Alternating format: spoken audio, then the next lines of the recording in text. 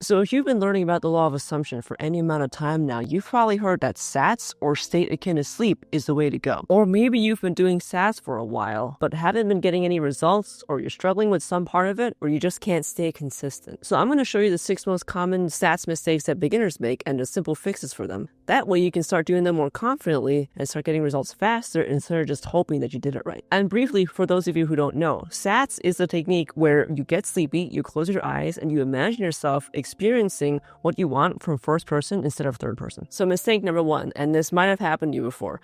You tell yourself you're going to do SATS tonight, you get in bed, you get all comfy, and the next thing you know, you're waking up and it's the next morning. I can't tell you how many times I made this mistake during my first year of doing SATS. It's a pretty rookie mistake where you get a little too comfortable, you get too sleepy, and you just fall asleep and you never get to do SATS. So the solution that Neville gave for this is you intentionally lay or sit in a position that you don't normally sleep in. So if you usually are a back sleeper and you try doing SATS on your side, or if you're a side sleeper and you try laying on your back, you intentionally try to make yourself a little uncomfortable, not so uncomfortable that it's distracting, but just uncomfortable enough that you can't sleep. So I personally fall asleep really easily. So what I'll do instead is I'll sit up in bed and I'll intentionally make it so it's not super comfortable. So I'm not going to prop myself up with a ton of pillows or anything. Another thing that I like to do is I'll pick a song on Spotify that is about 5 minutes long, because that's how long I like to do SATS for, max. I'll pick a song on Spotify that's about 5 minutes long. That's a really nice, upbeat song with a fast tempo, not a relaxing song that's going to put me to sleep.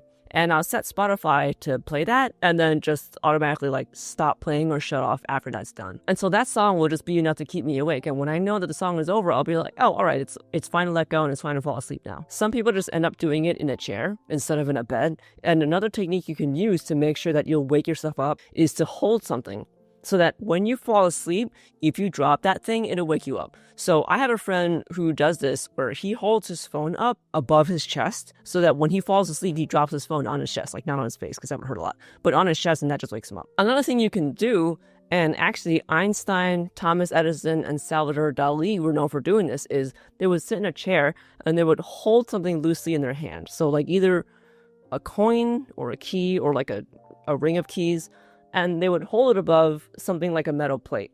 And so when they would fall asleep, they would drop it, their hand would go limp and they drop it, and then that metal thing would fall onto the metal plate and make a loud clang and wake them up. Now, they weren't doing SATS, they were doing something different. They were basically trying to harvest ideas from the hypnagogic state, which is that state between wakefulness and sleeping, where you start to feel images, or you see things, or you hear things. They were using this to be able to harvest inspiration or ideas from a deeper part of themselves for books or stories or inventions. More on that in another video that I'll eventually link up here.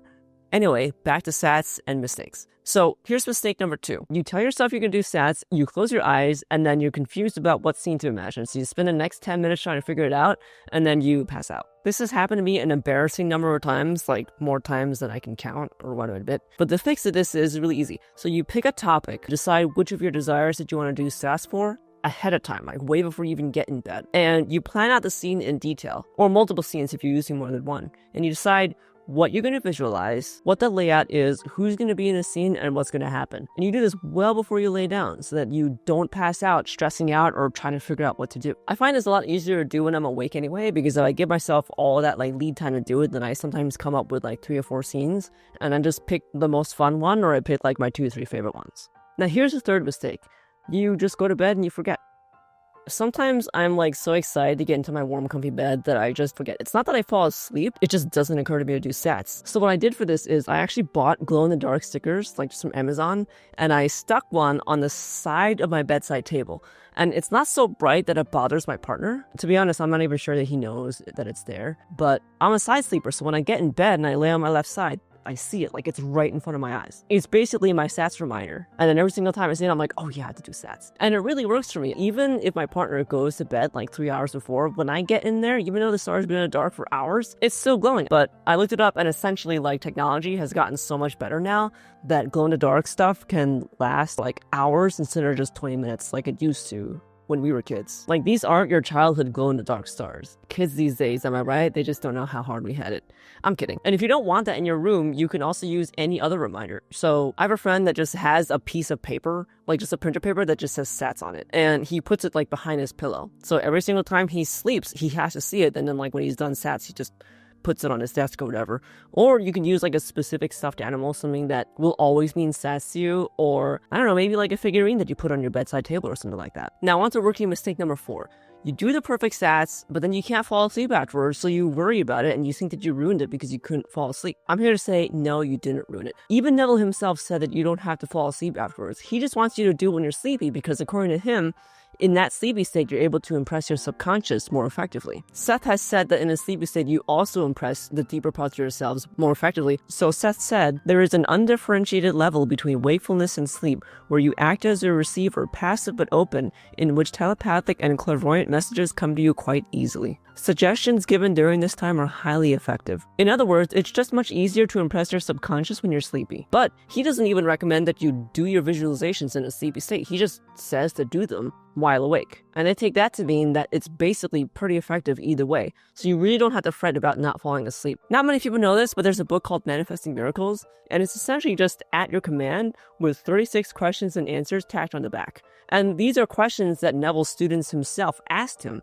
and Neville wrote out these answers for them. So these are answers in Neville's own words. And in one of these answers lies the proof to what I'm saying right now. I'll read it to you. So the question is, I would think that if you get too much into the sleepy state, there would be a lack of feeling. And Neville's answer is, when I speak of feeling, I do not mean emotion, but acceptance of the fact that the desire is fulfilled. Feeling grateful, fulfilled, or thankful, it is easy to say, thank you, isn't it wonderful, or it is finished.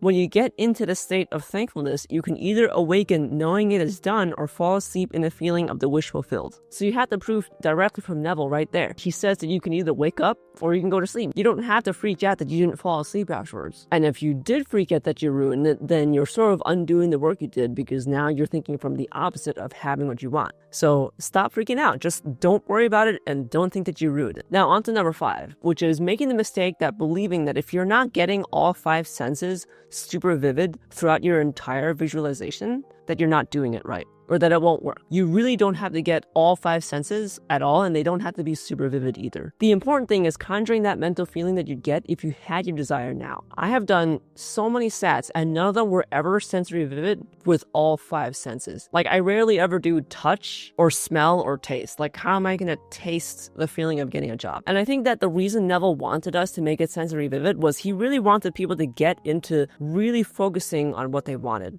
to really immerse themselves in that scene. And one way to do it and to stop your mind from like overthinking or getting distracted thinking about like your grocery list or what you're going to do tomorrow is to just have yourself focus on trying to perceive every little thing about that scene, having yourself try to flesh it out with every little detail that you can think of. That's what I suspect, and I wish that he would have just openly said like, hey, you don't need to make it sensory vivid. I personally am just good at that. Like, I, Neville, am good at that, but not everyone is. I'm just telling you that in order to encourage you guys to really immerse yourselves, to really get into imagining it and have fun with it, play around with it, really feel like it's real. Make it your intense focus, because as Seth says, you get what you concentrate upon. But I've managed to have a lot of success with SATs without using all 5 senses and without making it super vivid. Now, if you're someone who struggles to visualize, or you have aphantasia and you can't visualize at all, then I went into the greater detail about what you can do in these videos here. For everyone else, I wanted to share a success story where I only used 2 senses and not very vividly. So the first thing I did SATs for was manifesting a new job when I was switching careers. So I basically did what I call half-ass SATs, not because I half-ass things in life, but just because I knew from reading a lot about metaphysics like my whole life that I wouldn't have to do it sensory vivid or with all 5 senses. So basically what I did was I would just do SATs, not even every night, but it was like over a span of like 2 or 3 weeks. I would do it maybe like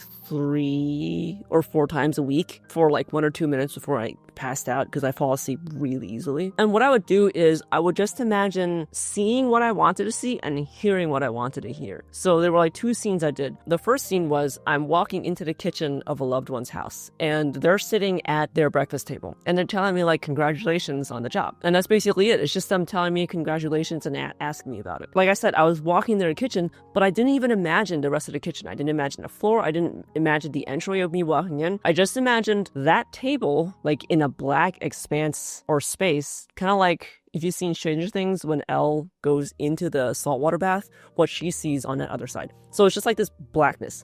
and just a table, just them sitting at it, and then me walking towards it and hearing them say that. So all I would imagine is that table and not that sensory vivid and their voices. I don't even think that I imagined anything on the table. Like I knew that there was food over there on the table, but I couldn't tell you what it was. And the second scene wasn't even a visual scene at all. It was basically just voices. So at the time, I had a weekly voice call that I would do with my friends. So it was like 4 or 5 of us. Every Sunday, we would just get in a Discord voice call and chat for like, I don't know, 5 hours or so.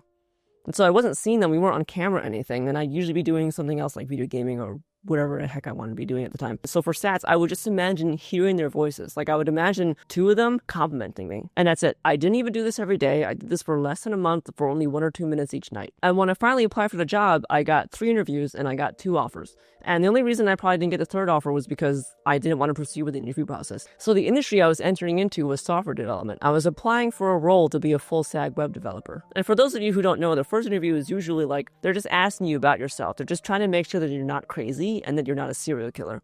And then after that, the 2nd and 3rd interviews are usually technical interviews. So they'll usually basically have like a knowledge interview where they ask you actual questions about engineering and technology. And then after that, they give you a coding assessment, which involves you either coding something that they ask you to make in front of them as they watch, or they send you home with a coding assignment and they say, okay, work on this and then come back to us in like 1 or 2 days and then show us what you did. I ultimately ended up accepting the first offer I got. They just completely waived the knowledge test and the coding interview. I didn't find out until weeks later that they had made every other applicant take the coding test, but they just waived it for me. In his words, they just liked me a lot because I had personality. And for the second offer, I actually completely bombed the knowledge test so badly because I was so nervous. The president of the company basically was telling me that I am not doing well on this knowledge test.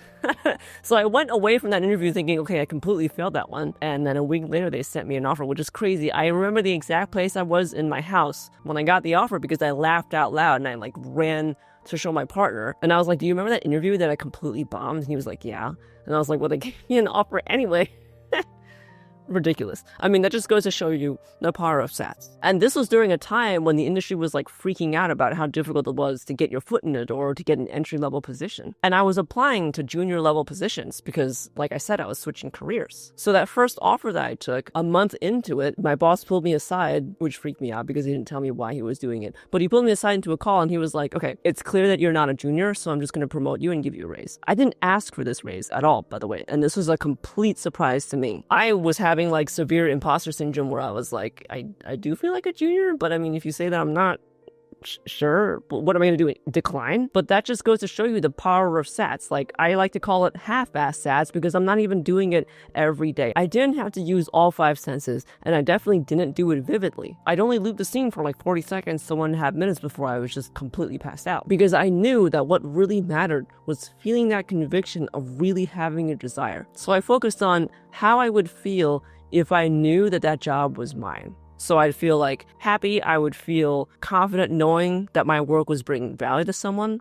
I'd feel financial security. I'd feel capable as a developer, confident in my skills. So those are the things that I focused on feeling. I wasn't fretting about making all 5 senses really, really vivid. Now, you don't have to just use 2 scenes, or you don't have to stick with 1 scene. Another question I get a lot is, do I have to use the same scene? Can I loop 1 scene, or do I have to use multiple scenes? It really doesn't matter. You can stick with 1 scene, in which Neville says he does sometimes, or you can change it up and use multiple different scenes every single night, or different scenes in one night. I personally find that if I change it up, sometimes it can help like rekindle that feeling of excitement that I get, because if I do the same scene over and over, sometimes it just doesn't feel that fun anymore. And if I'm not having fun doing it, I just don't want to do SATS for as long. And what I find is also that if I change different scenes, that I can feel different ways with each scene. So like 1 scene might make me feel excited, another scene might make me feel calm, another scene might make me feel relieved about the same topic. But it just allows me to feel that desire from like a wider spectrum of perspectives. And some people just like the variety. So I would recommend experimenting with both approaches and see what works for you best. And that brings me to the last mistake I see people make, which is that when they start doing SATS for a certain desire,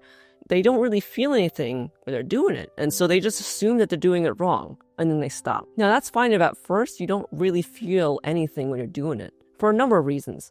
One of them is that you get what you concentrate upon. So even if you don't feel anything, you're thinking about it, you're concentrating on it, you're visualizing it. So this is still bringing it closer into your reality. Second of all, sometimes you feeling nothing is actually exactly how you would feel if you had it already. So think about it this way. If I had you do SATS for having internet access, having access to YouTube, having a head and a torso, or other body parts that you have, you would also feel nothing because you already have those things. That's your default state. You already are used to thinking from and feeling like you have those things already. So you don't really feel excited or happy when you think about having those things. And that's completely normal. In fact, some would say that you were in Sabbath for those things, where Sabbath is the day of rest, which is what you would do when you already have your desire. Neville has likened it to when you feel sated, like when you're no longer hungry and you think about food, you just feel neutral about food because you don't want it anymore. One caveat though, sometimes feeling nothing when you visualize your desire or think about having it isn't necessarily proof that you are in Sabbath for that thing. Sometimes you just feel nothing because it's so far-fetched for you to even imagine like this lofty goal that you can't even get excited because it just seems so out of reach. Which is why I said earlier that people begin to do SATS for a desire and have always felt nothing. Not that they did SATS for a while, felt like happiness and excitement, and then now feel nothing. In that situation, I would say they're probably closer to being in Sabbath than if they just started and never felt anything at all. Now, for this specifically, what I would recommend is trying to change up your scenes or try to imagine different points in time of you having your desire. So not only you having it, but maybe you getting it or how you'd feel after you have had it for a long time. Like try to imagine what scenes would happen in your life if you already had the desire for like 3 or 4 years. Because you might be able to conjure up images or situations that will actually make you feel something, whether it's like relief or calmness or safety or comfort. It doesn't matter. Basically, you're just trying to try a bunch of different things to see, okay, maybe that one scene that you were imagining just doesn't resonate with you at all. Maybe that's why you felt nothing. Or sometimes, like I said, it's just so new to you that you can't fathom having it. But then the more that you do SATS, the more that you make it seem normal and within reach, the more you're going to start to get excited for it. It's like if I told you that I'm going to give you $1 bajillion, you're probably not going to get excited because you're not going to believe that I have that money. But if I told you that I'm going to give you $1,000, then maybe you get a little bit excited because you'll be like, oh yeah, that's believable. I think that I could actually get that. And I can imagine myself spending that money. And also Neville said that he doesn't mean emotion. He means the conviction, the assuredness that it's yours. That's that feeling that you want to be going for. Hope that makes sense. So now that you've got SATS down, make sure you're not sabotaging yourself elsewhere. Watch this next video to avoid the mistakes that trip up almost every beginner. Thanks for watching, and I'll see you in the next video. Bye!